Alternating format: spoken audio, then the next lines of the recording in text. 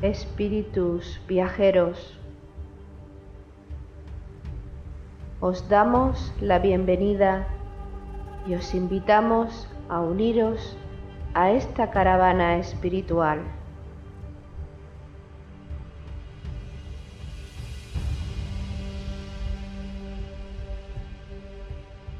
Recorreremos los áridos desiertos de nuestro egoísmo personal.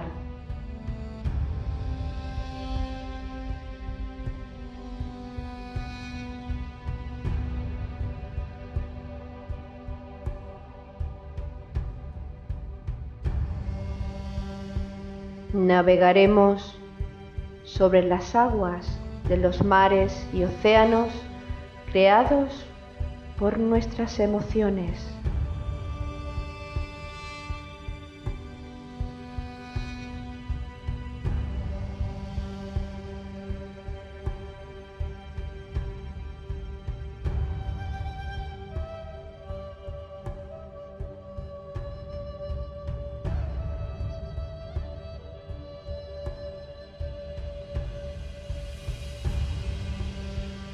Caminaremos por los fértiles valles de nuestro despertar espiritual.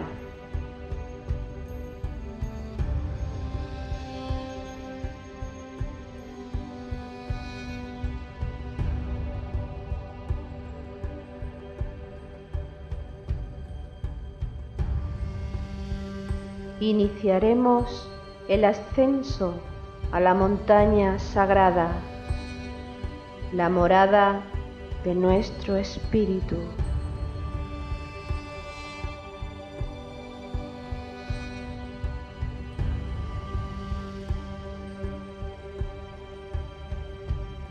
Espíritu viajero, si sientes la llamada de tu corazón deseoso, únete a nuestra caravana hacia Shambhala con alegría y gozo.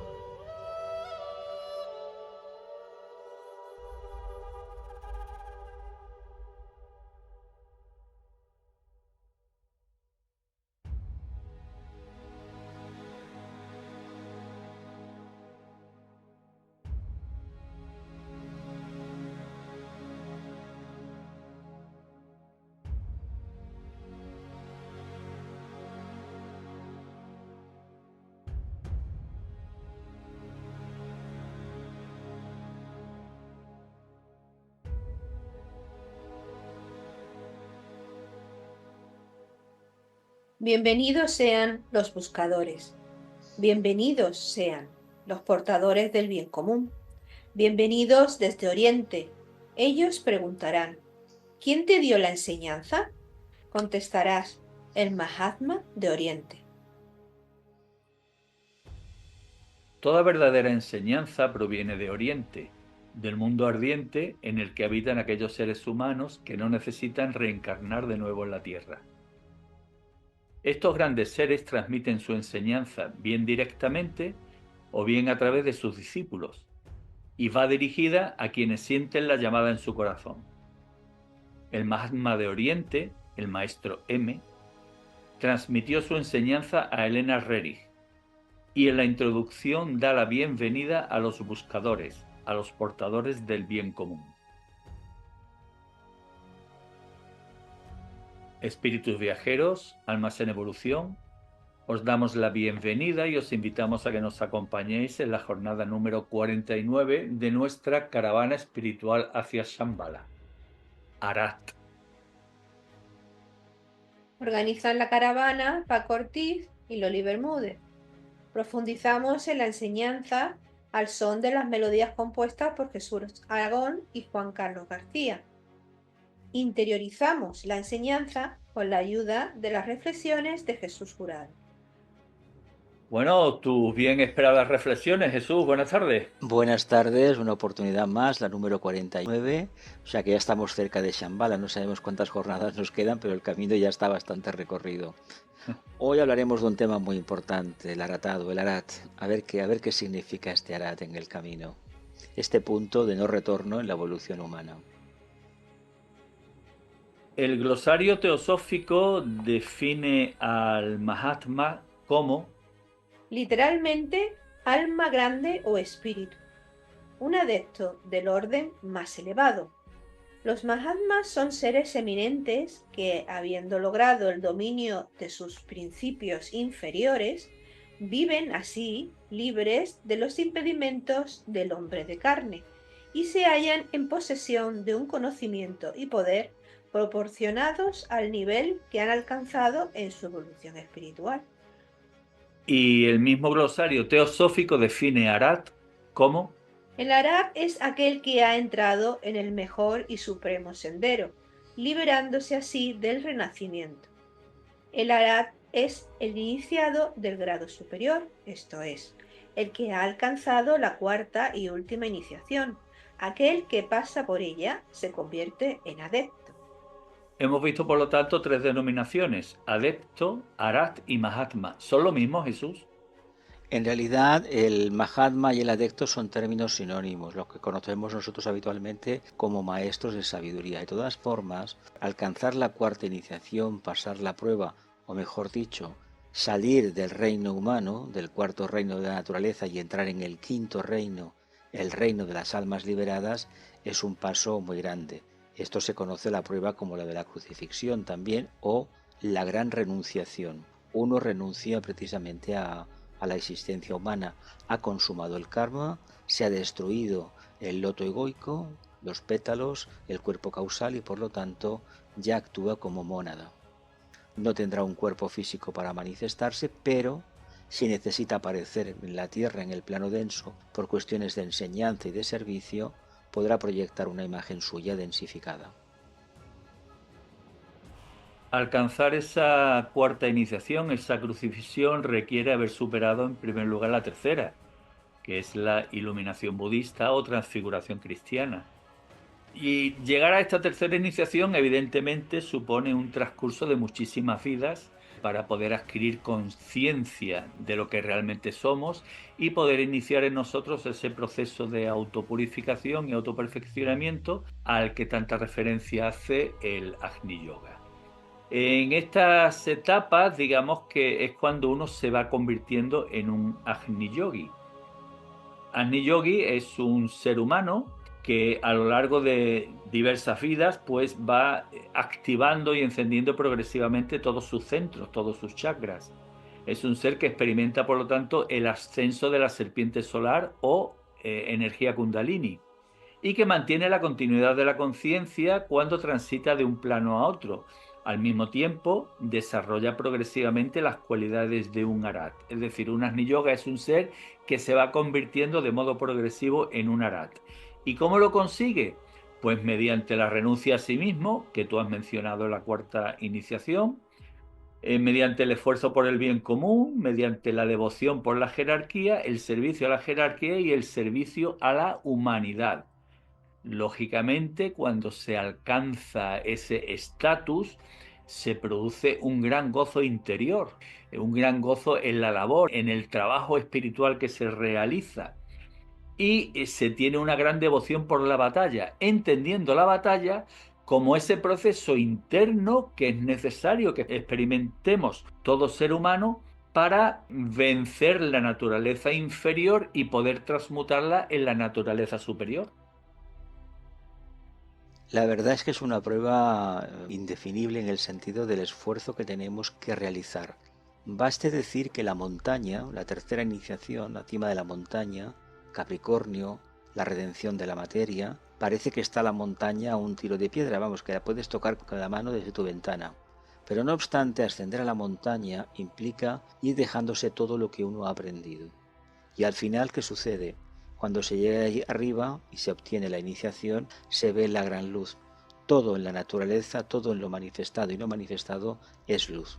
Sucede que nosotros solamente estamos preparados para ver aquella luz con la cual creemos que es la única, la válida, y no obstante en lo que no se ve, resulta que puede que ser mucho más importante a lo que sí se ve. Es un trabajo de metamorfosis muy grande, de renuncia total a lo conocido, incluso a la propia mente concreta, y es entrar en una dimensión nueva que se caracteriza básicamente por la expresión del servicio, y en la medida que se sirve, se irradia continuamente, esta serpiente de sabiduría, esta energía kundalínica, este caduceo de Mercurio se activa y tienes energía, no te cansarás, pero siempre y cuando estés haciendo servicio. Para cuestiones personales no tendrás energía. Entonces vemos que el Agni Yogi es un ser que está en proceso de convertirse en un Arat, de convertirse en un hombre Dios. Precisamente el Agni Yogi es ese ser que se constituirá en el emblema de la nueva raza, un ser que de diferentes formas irá manifestando progresivamente la divinidad interior, y eso hará posible que tanto la humanidad como el planeta den ese salto evolutivo que todos estamos esperando. Sí, es la meta hacia la cual nos encaminamos. Lo que sucede que esta cuarta iniciación está lejos, pero no importa lo lejos que esté. No importa si nos quedan 50 o 100 encarnaciones por delante. Lo importante es que si lo hemos descubierto, hagamos lo posible por vivir en esa esencia, serenamente expectantes, en conciencia contemplativa, manteniendo el alineamiento interior todo el tiempo posible de la conciencia de vigilia. Y luego el resultado ya veremos lo que viene. Pero si no hay una mente clara, voluntad del bien, preespíritu altruista, va a ser difícil que las pruebas nos lleven verdaderamente a la prueba final. Más bien puede ser engaños de la personalidad. Por lo tanto, es muy importante olvidarse de uno mismo continuamente. Uno tiene esa capacidad, se olvida y aboca todos sus esfuerzos para irradiar cada día. A veces, Jesús, pensamos en el rumbo de la humanidad y bueno, lo hemos comentado en alguna otra ocasión, que parece que bueno, que poco a poco va aumentando esa cantidad de seres humanos que nos permitirá poder alcanzar esa cifra mítica que permita a la humanidad dar ese salto cuántico evolutivo. Y claro, la impresión o la reflexión que se hace o que yo en concreto me hago cuando pienso en ello es que la inmensa mayoría de seres humanos que están, digamos, aspirando a esta evolución espiritual sincera, digamos, estaríamos en el umbral o estarían en el umbral de irse preparando para la tercera iniciación mayormente, ¿no? Bueno, hay un camino que todos debemos recorrer, que estamos recorriendo, de diferentes grados de evolución. Lo importante no es tanto en qué punto queremos estar, sino el espíritu que nos embarga continuamente y nos conduce por la senda del servicio. Senda que es un camino de espinas. Al nazareno le pusieron una corona de espinas, pero en realidad hay que tener en cuenta que los pies del iniciado, Piscis controla los pies, son los pies que más cicatrices tienen. ¿Por qué? Hay que transitar por muchos caminos para encontrar el verdadero camino. Y una vez lo encuentra uno, y luego el recorrido que queda es corto en comparación con lo que se ha realizado anteriormente. No olvidemos que se trata de disolver la dualidad, no por aprender más, sino por alcanzar un nivel de conciencia casi búdica donde uno comprende que la dualidad no existe. Había sido una creación de su mente concreta y había trabajado con ella durante infinidad de vidas. Cuando eso se descubre se cambia, pero claro, se tiene la experiencia del esfuerzo realizado. Por eso no se puede conseguir de un día para otro, es un proceso muy largo. Y a lo mejor cuando uno esté ya casi como dispuesto a renunciar a todo, resulta que le viene la revelación. Y la revelación, por lo que se puede saber, es que cuando llega cierto momento, parece que el discípulo esté dentro de una cámara oscura completamente, en la cual no hay absolutamente nada. Bueno, no hay nada que la mente concreta pueda comprender, ni los 5 sentidos, pero sí que están los arquetipos que debidamente trabajados se pueden precipitar en la tierra como nuevas ideas y nuevas actividades de servicio.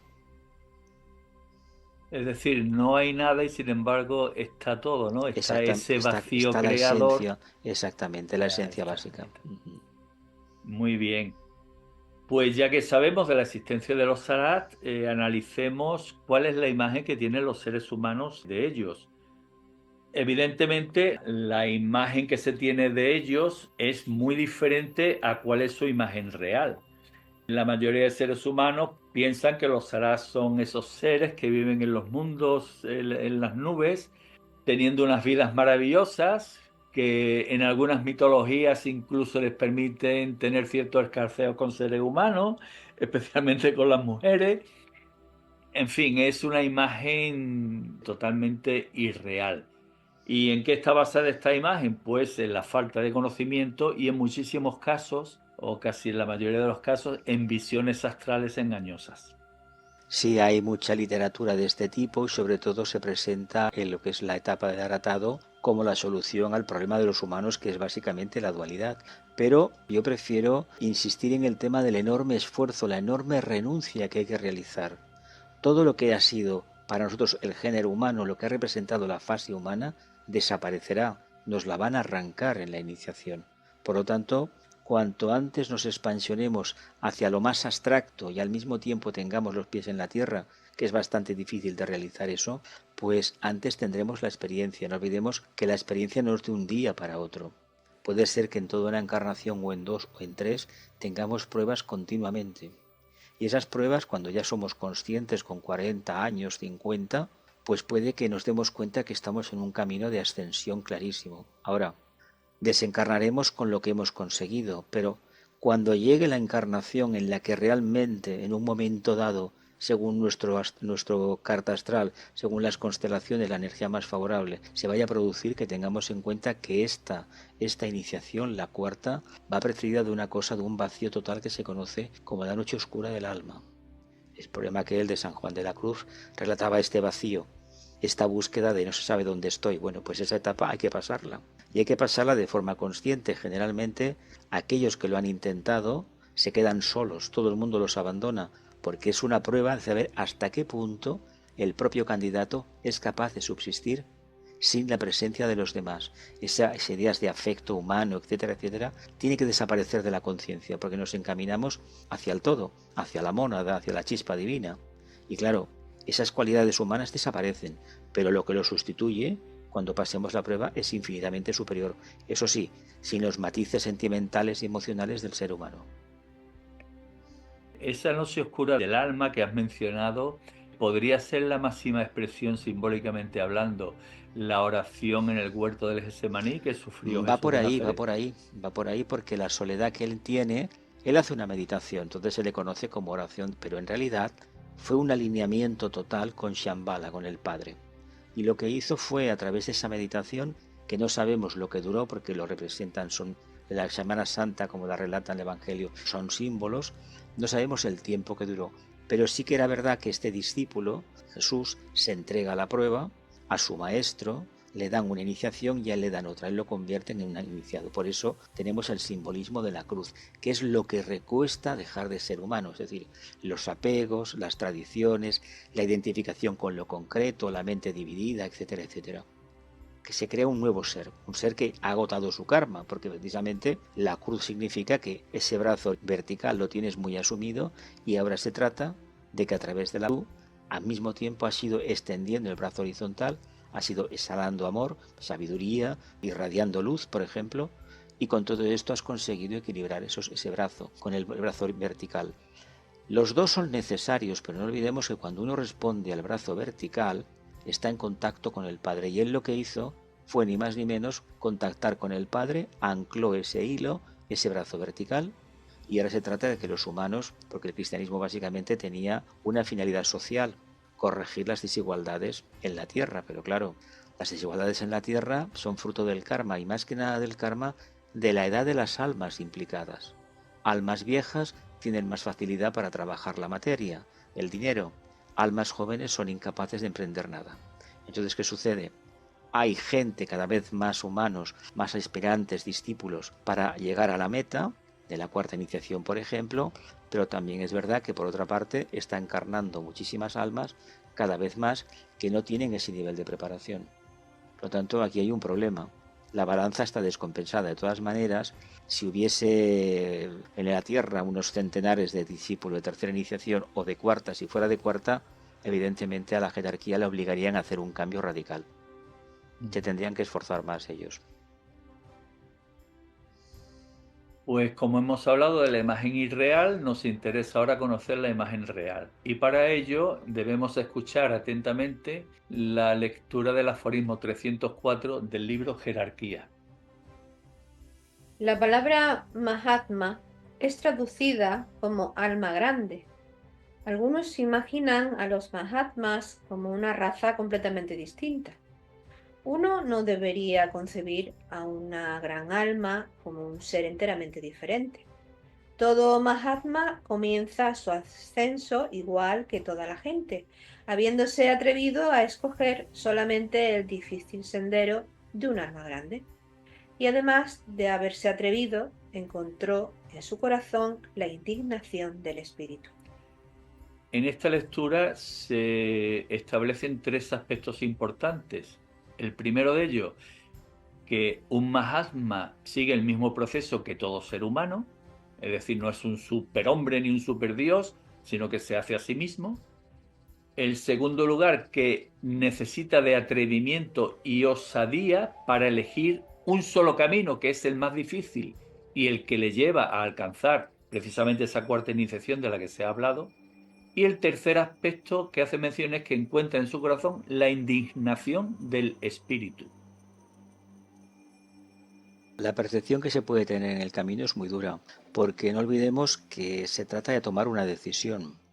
Claro, nosotros desde la mente dividida hablamos de resolver la dualidad y creemos que lo que nos gusta a nosotros es lo correcto, pero eso no es así. En la práctica no es así y hay que distinguir muy bien entre lo que es la buena voluntad y lo que es la voluntad al bien. La buena voluntad es una característica humana, pero la voluntad al bien es una característica del iniciado. Por lo tanto, para implementar el plan de Dios, no es que todos los métodos valgan, es que hay que aplicar la voluntad. Y cuando se aplica la voluntad, se asumen riesgos al mismo tiempo. Es como el que aplica el primer rayo, tiene que modernizar una ciudad, el trazado de una ciudad, y acaba eliminando barrios enteros para que pueda fluir mejor la energía, etcétera, más jardines, etcétera, etcétera. En un principio no es aceptada la idea, pero cuando se implementa se ve la grandeza de la misma.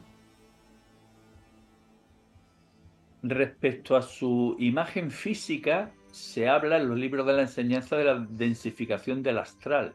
Y de hecho, en la carta de Elena Rerich de fecha 31 de mayo de 1935 leemos lo siguiente.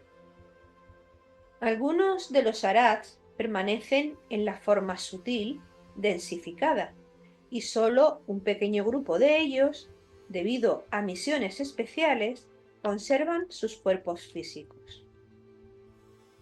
Entendamos que cuando se habla de cuerpos físicos no es exactamente la idea que nosotros tenemos de un cuerpo físico, es una apariencia densificada que se puede tocar, pero no es exactamente las funciones que el cuerpo humano tenía habitualmente.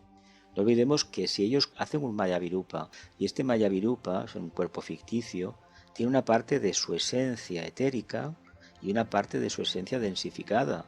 ¿Para qué? Pues para que sea solidificable fácilmente. Solamente lo utilizan en muy contadas ocasiones y cuando el discípulo al que están instruyendo todavía no es intuitivo, o a lo mejor todavía no es plenamente telepático y necesitan aparecer en un momento muy puntual, porque tienen que dar unas instrucciones. Generalmente no.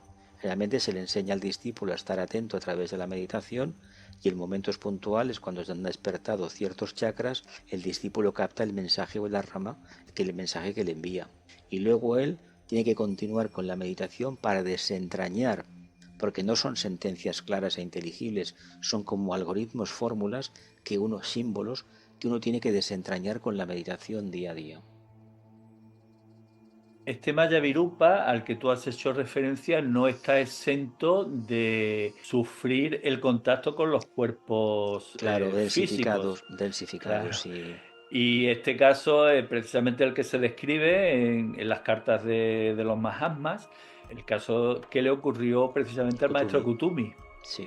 Muy famoso, que bueno, estuvo 2 o 3 semanas bastante fastidiado por el contacto permanente. Apartado que tuvo. Completamente, sí.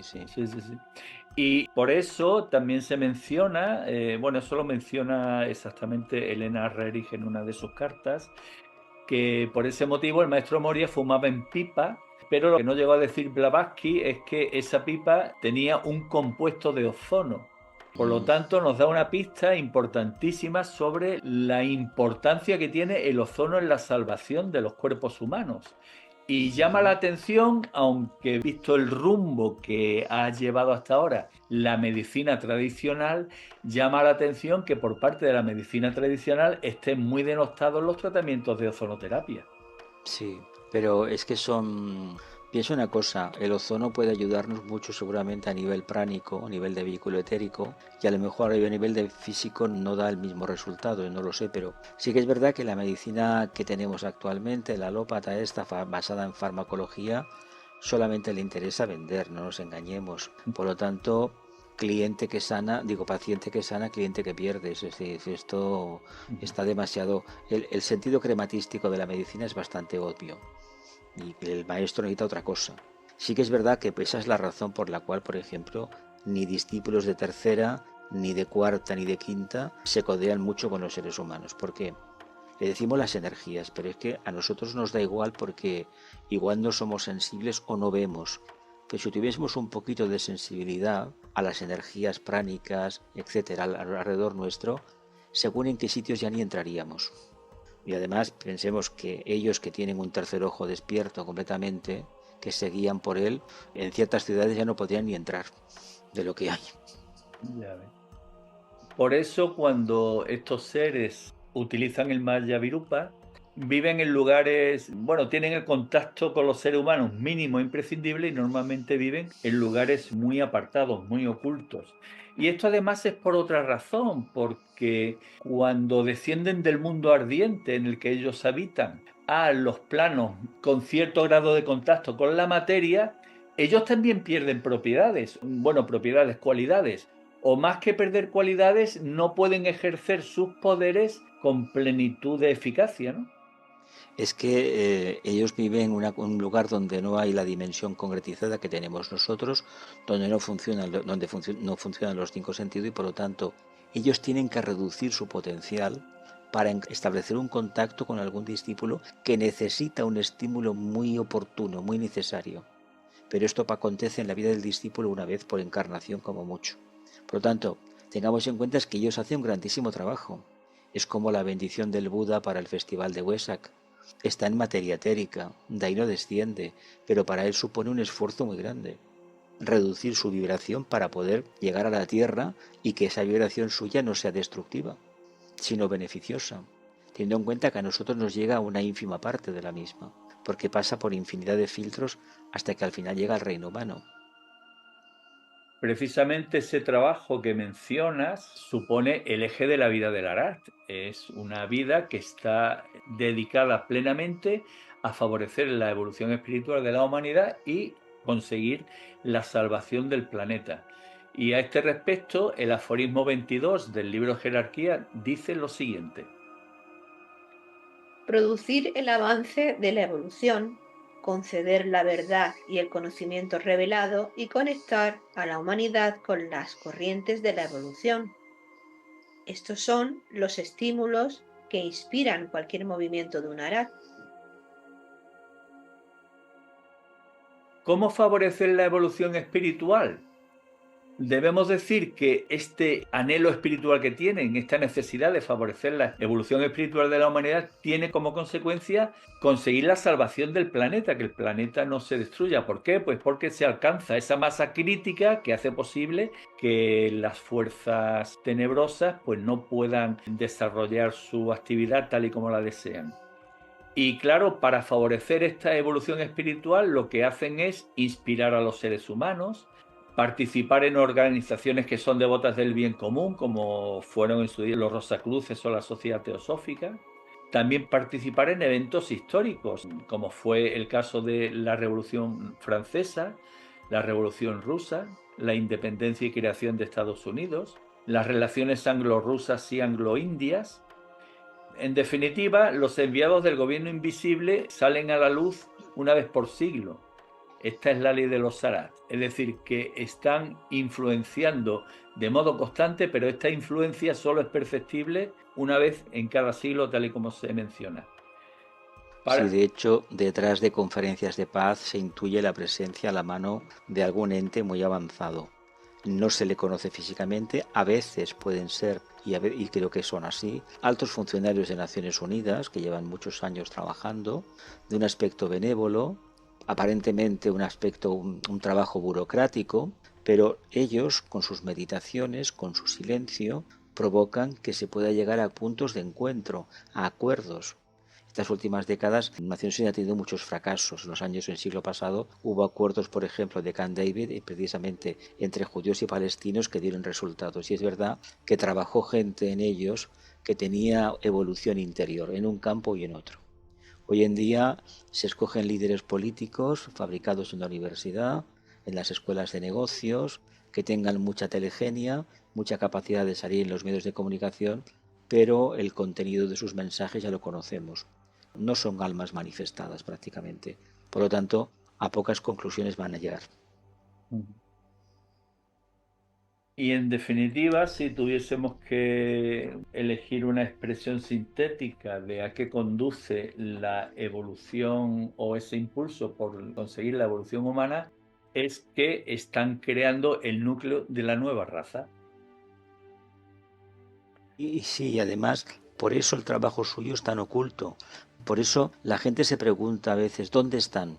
Están en todas partes y no están en ninguna en concreto. Con lo cual, ¿qué quiere decir? Ellos son invisibles para nosotros, pero aquellos que realmente tengan un sentido esotérico despierto, una visión interna descubierta, los podrá percibir. Y de hecho, se pueden encontrar en alguna meditación de luna llena, pueden aparecer. Están haciendo un trabajo, no hay que entablar una relación social con ellos para nada, porque no la necesitan. Una cosa que no podemos olvidar, ellos son absolutamente impersonales, carentes de sentimientos y de emociones como nosotros. No tienen la dualidad de la mente concreta. Por lo tanto, no nos podemos comparar porque nosotros somos un mal de lágrimas, un mal de risas y un mar de frustraciones. Por lo tanto, esa característica humana no la tienen, ya la pasaron, la superaron hace tiempo. Les guía un sentido de economía de todo, palabras justas, acciones justas y no malgastar ni derrochar la energía. No te dirán las cosas dos veces, una y gracias. Y a veces te lo dicen mirándote a la cara solamente. Exactamente. Bueno, si la evolución espiritual tiene como fin el futuro, el construir una nueva raza de seres humanos más evolucionados, evidentemente, la salvación del planeta tiene un carácter más material, porque se trata de una salvación física a corto y largo plazo. ¿A corto plazo de qué modo? Pues a veces su presencia o la presencia de sus enviados evita que se produzcan catástrofes naturales. Y también a largo plazo porque elaboran, planifican y realizan el plan de Dios en la Tierra. ¿Para qué? Para que el planeta permanezca vivo como tal y sirva de soporte vital a las razas que van habitando dicho planeta. Tener en cuenta que los humanos no somos los únicos habitantes o usufructuarios de este planeta. Por lo tanto, cualquier trabajo que haga la raza humana que vaya en contra de la seguridad del planeta, la jerarquía la supervisa. Por eso hay adeptos en todas partes y adeptos y arach en todas partes. Están vigilando, aparte, una legión de ángeles elevados que están observándolo todo, sobre todo en los centros de poder. Ya sabemos que hoy en día existen esos despachos donde hay unos botones de colores que se pueden apretar y provocar una hecatombe. No olvidemos que eso está vigilado. Pero claro, puede haber un error humano. Cuando hay tanta tecnología, además nos puede pasar a nosotros con un ordenador, con un teléfono móvil, apretamos la tecla que no es y hacemos un estropicio. Puede pasar, evidentemente, pero eso nos pasa a los humanos por introducirnos en un tema, una investigación científica egoísta. Ya se sabía con el primer experimento, el tema de la bomba atómica, las consecuencias que se podría haber. No obstante, se siguió trabajando y se sigue trabajando en el tema. Sí, por desgracia. Pues pasemos a analizar ahora el aspecto quizás más importante, que son las cualidades de un Arat. Si las enfocamos desde el punto de vista de poderes, entrecomillados sobrenaturales, tendríamos el conocimiento directo, la clarividencia, la clariaudiencia. Entendiendo por estas cualidades de Arat las cualidades que va desarrollando progresivamente el Agni Yogi. Está todo imbuido, ¿no? También tienen el poder sanador, que se manifiesta a través de la saliva, de la imposición de manos, el envío de pensamientos a distancia. La purificación del entorno, que tiene su máxima expresión en lo que se ha mencionado de evitar catástrofes por la presencia natural de un Arat o de un enviado del Arat. Y algo a lo que tú has hecho mención, la economía de la energía. Gastan la energía justa para el objetivo justo. Es que ellos practican la excelencia. Mínimo consumo de energía, máximo rendimiento. Algo que en la economía parece que se valora muchísimo y los políticos, algunos, hacen gala, ¿no? Que con poco presupuesto obtienen muchos resultados. Los políticos generalmente no dicen la verdad en este tema. Y los científicos les gustaría conseguirlo. Y los que están en grandes organizaciones, grandes gestores, ya sea sociales o del tipo que sean, realmente quieren creerse que están trabajando en la excelencia. Pero la excelencia, para trabajarla, hay que tener de tercera iniciación para arriba. Y eso no está al alcance de cualquiera. Y actualmente de casi ninguno, me parece a mí. Bueno, yo cuando ves las caras de algunos miembros de consejos de administración bancarios, Oh. bueno, hay que callarse porque somos humanos.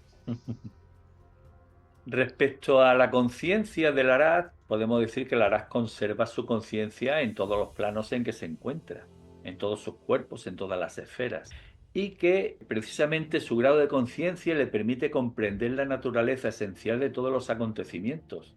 Su conciencia lo ve todo.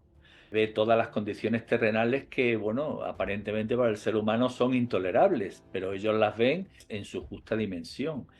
Y además su corazón entiende cómo transmutar los obstáculos. Y esto es muy importante. Además sabe por qué pasan las cosas. Él ve las causas, nosotros vemos los efectos nada más. Y somos incapaces de ver la causa porque todavía no lo hemos hecho en nosotros. Claro, él sí ese camino lo ha recorrido. Él en su momento se analizó perfectamente, alcanzó una maestría considerable y donde focaliza su visión, ahí tiene la solución al problema. Y además, él solamente se guía por el tercer ojo. Es una característica que cuando se adquiere, prácticamente ya no te valen los libros ni lo que te diga nadie. Tú ya lo ves. Claro, tú no le puedes decir al maestro, mire usted, yo tengo esto, esto y lo otro. No, porque te está viendo. No merece la pena. Por eso hay que callar siempre delante de él, porque una palabra nuestra puede perturbar la calma que impera en el lugar. No podemos romper una entrevista dando puntos de vista. Además, que la mirada del maestro o de un discípulo avanzado te impide hablar, porque no tienes nada que aportar prácticamente. También podemos decir del Arhat y de sus cualidades que es un espíritu en manifestación, es un portador del fuego del loto, lo que significa que pone de manifiesto el entendimiento del espíritu, pone de manifiesto el conocimiento del espíritu y manifiesta al espíritu. Y esa manifestación le convierte en un magneto creador, ya que los chakras del Arhat, sus centros energéticos, reaccionan a todas las energías cósmicas y por eso se dice que el corazón del Arhat está fusionado con el corazón cósmico, con el corazón del Sol. Lo que hay que decir es que el aratado significa ni más ni menos que depender de la mónada prácticamente, de lo que es la tríada espiritual del aspecto búdico, el átomo búdico. No olvidemos que los discípulos nos encaminamos a depender exclusivamente del átomo manásico permanente de la mónada, de nuestro vehículo mental superior. Pero el iniciado, en este caso el Arhat, eso ya lo ha superado. Por lo tanto, su captación es totalmente intuitiva, a unos niveles que se nos escapa a la conciencia porque no sabemos muy bien exactamente qué es.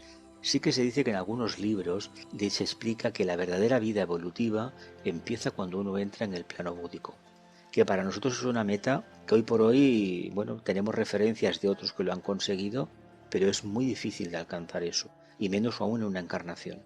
Por eso se nos pide que estemos muy atentos siempre, trabajando siempre, continuamente atentos, porque en cualquier momento puede haber una pequeña apertura de la puerta, la que sea. Nos vendrá la energía que necesitamos para ese momento. Pero plantearnos de la noche a la mañana, subir a la cima de la montaña y después pasar a la cruz, no tiene demasiada base. El peor entrenamiento que hay, y digo peor y más profundo y más difícil de soportar, es estar totalmente atento al día a día. Cuando uno está atento al día a día hay una primera fase que es terrible, se aburre mucho. Llega un momento que entiende el porqué, porque cada día es diferente. Cada día hay una energía diferente y cuando uno está sensibilizado con las energías de las constelaciones, cada mes, cuando se acerca un plenilunio, un novilunio, percibe esas energías.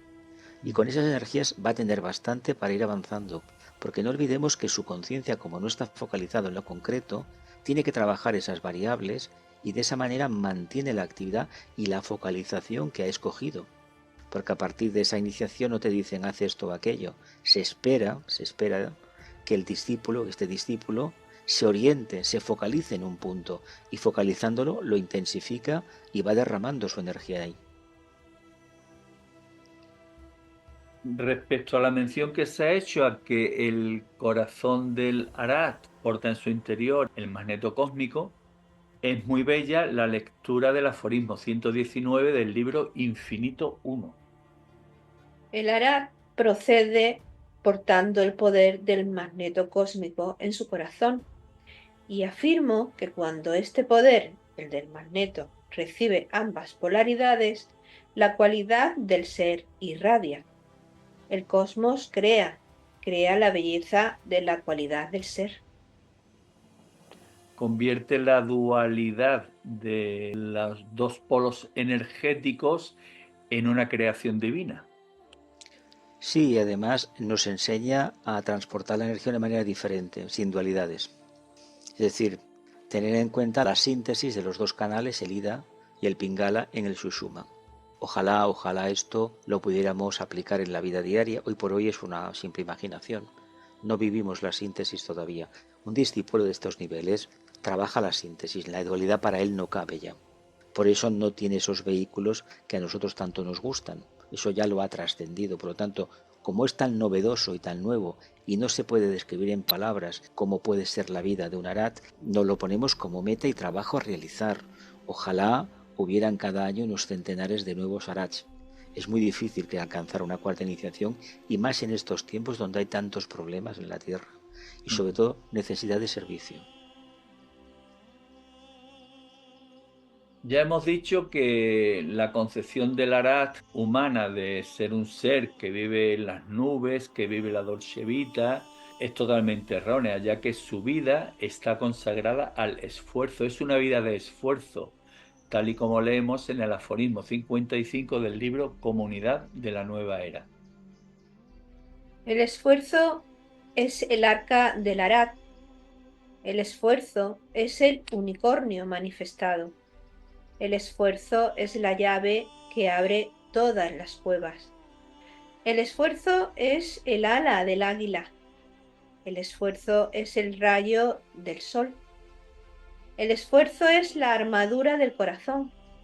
El esfuerzo es el loto florecido. El esfuerzo es el libro del futuro. El esfuerzo es el mundo manifiesto. El esfuerzo es la multitud de estrellas. El esfuerzo lo es todo. Lo es todo porque el esfuerzo precisamente es este propósito divino que está en todo lo manifestado o no manifestado. Y nosotros hoy por hoy no lo podemos entender porque solamente atendemos a aquello que podemos palpar, que nuestros sentidos nos dicen que está, pero aquello que no está nos cuesta mucho profundizar. Deberíamos especular, reflexionar bastante y esperar que poco a poco la intuición ayude. Si esto no acontece, pues nos esperan tiempos complicados. La gente espera soluciones, pero si el esfuerzo se mantiene, es decir, la atención plena se mantiene al pie del cañón continuamente, el resultado vendrá. No el que la personalidad quiere, sino el que debe venir, y este a veces es bastante duro. A veces pedimos luz y nos viene una tormenta tremenda y arrasa con la ciudad donde vivimos. Eso indica que hemos obtenido una respuesta. ¿Qué significa eso? ¿Nos hemos quedado sin nada? No. Hay que empezar a construir sobre una base nueva. Por eso vienen cataclismos, vienen grandes crisis económicas, políticas, para que empecemos desde nuevo, con la experiencia que tenemos, no con los... Es decir, saber distinguir entre una cosa y la otra. Y esto no siempre se implementa así. Esto es muy importante lo que acabas de decir, Jesús. Con esto se puede hacer un programa entero. Claro, es que decimos, nos pasa esto, nos pasa aquello, pero si uno busca la luz, tengamos en cuenta que la parte oscura está muy atenta. El karma se va a cumplir. ¿Por qué? Si en un lugar, en una ciudad o en un país hay a lo mejor 100 aspirantes o 200 que pueden pasar una iniciación, que sepamos que la prueba karmática que viene es muy grande. Porque si hay 200 que están preparados, se supone que el aura que irradia, la energía que irradia, va a hacer de colchón a lo que viene a la precipitación karmática. Para eso están los discípulos, para aguantar los palos que vienen. Porque uno cuando busca la luz, que sepa que el karma tú tienes que cumplirlo, pero tienes que cumplir una porción muy grande del karma de la humanidad, que otros no lo pueden hacer, simplemente lo genera, pero tú Tienes que apostar por solucionar ese problema. Esos son los pecados del mundo que decimos del Nazareno, ni más ni menos. Una porción del karma de la humanidad que lo tienes que solucionar tú. ¿Cómo? Aceptándolo como propio. Eso sí que es amor al prójimo. Lo demás son sermones. ¿Me explico? Sí. Pues para concluir con las cualidades del Arat, hagamos referencia a su relación con la materia lúcida, ya que el Arat impregna su mónada con materia lúcida y es la manifestación más elevada de esta materia lúcida, tal y como se expresa en el aforismo 3 del libro Jerarquía. Cuando la humanidad comprenda que el Arat es la manifestación más elevada de la materia lúcida, entenderá que no existe diferencia entre la materia lúcida, que emite luz, y la materia de amor, envolviéndolo todo con luz. La humanidad envuelve al Arat con una imagen austera, mas la materia lúcida irradia amor. Las cualidades de la mónada son increíbles. Increíbles porque son la voluntad al bien, el propósito divino, básicamente. Y ojalá nos pudiéramos parecer un poco. Pudiéramos captarlo y lo pudiésemos irradiar en nuestro medio ambiente.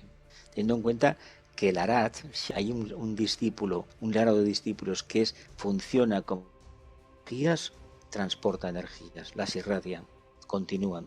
No se queda absolutamente con nada.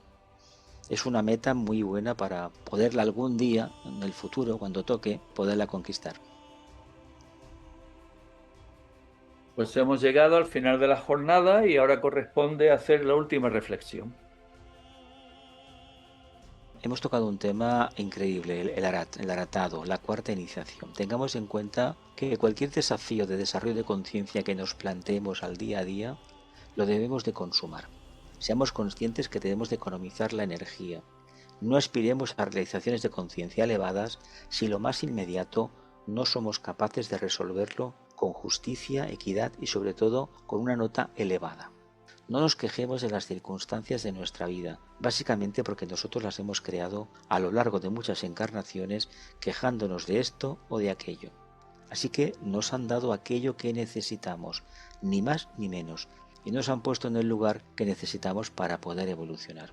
Cuanto antes empecemos a reflexionar sobre esto y lo empecemos a integrar poco a poco, antes conseguiremos un grado de felicidad suficiente para aceptar todo lo que nos toque en el día a día tenemos pendiente.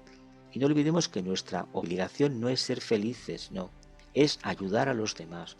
Si anteponemos el bien de los demás al nuestro, nuestros problemas desaparecerán. Si pretendemos servirnos de la sabiduría antigua para mejorar internamente y ganar más dinero, ser más guapos y llevarnos mejor con nosotros mismos, nos hemos equivocado de línea. Qué importante eso, Jesús. La verdad es que es una gran reflexión porque todo está en eso, en el servicio. Es como las células de nuestro cuerpo. Si no sirvieran, si cada uno estuviera a su bola a ser felices y a hacer lo que quisieran, el cuerpo no iría hacia adelante. Exacto. O sea, en lo pequeño podemos comprender lo grande. Sí, hay una analogía total entre el macro y el microcosmos. Existen. Sí. Pues a mí ya por añadir un poco a lo que habéis comentado ambos, pues solo me queda decir que bueno, que lo que debemos es de alimentar la aspiración hacia esa jerarquía, hacia ese mundo superior y hacer realidad esa aspiración en nuestra vida diaria. Y bueno, eso hará que nuestra vida vaya caminando por el sendero correcto y cuando llegue el momento, pues Dios proveerá. Espíritus Que así sea. Que así Que sea. así sea. Espíritus viajeros, almas en evolución. Todas las grandes cualidades de un Arat tienen su fuente en el corazón, que es como el corazón cósmico, como el fuego del sol. Maitreya Cristo es el jerarca, el más elevado entre los Arat de la jerarquía. Su época se acerca. Él se aproxima radiante con todos los fuegos, con su corazón inflamado por la compasión que siente por la destituida humanidad, por la afirmación de los nuevos pactos. El tiempo de la nueva era y la nueva raza llama a nuestra puerta. Recibámoslo con alegría. Elevemos nuestro espíritu para glorificar a Cristo.